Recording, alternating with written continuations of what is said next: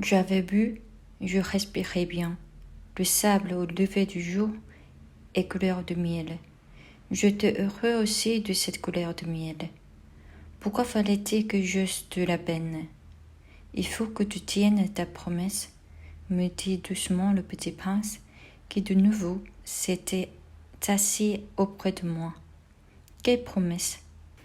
Tu sais, une muselière pour mon mouton. Je suis responsable de cette fleur. Je sortis de ma poche mes ébauches de dessin. Le petit prince les aperçut et dit en riant: Des baobabs, ils ressemblent un peu à des choux. Oh, moi qui étais si fière des baobabs.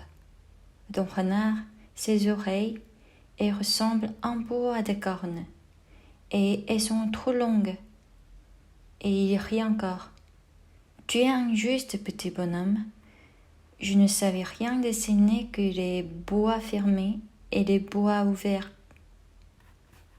Oh, ça ira, dit-il, les enfants savent. Je crayonnai donc une muselière, et j'eus le cœur serré en la lui donnant. Tu as des projets que j'ignore. Mais il ne me répondit pas. Il me dit: Tu sais, ma chute sur la terre, ce sera demain l'anniversaire.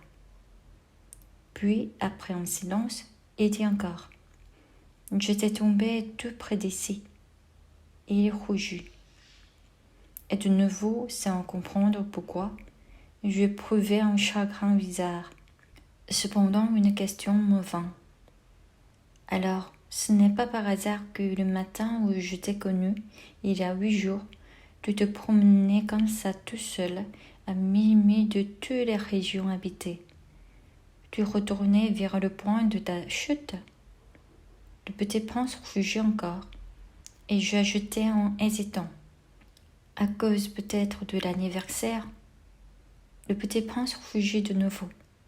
Il ne répondait jamais aux questions, mais quand on rougit, ça signifie oui, n'est-ce pas? Ah, lui dis-je, j'ai peur. Mais il me répondit: Tu dois maintenant travailler. Tu dois repartir vers ta machine. Je t'attends ici. Reviens demain soir. Mais je n'étais pas rassurée.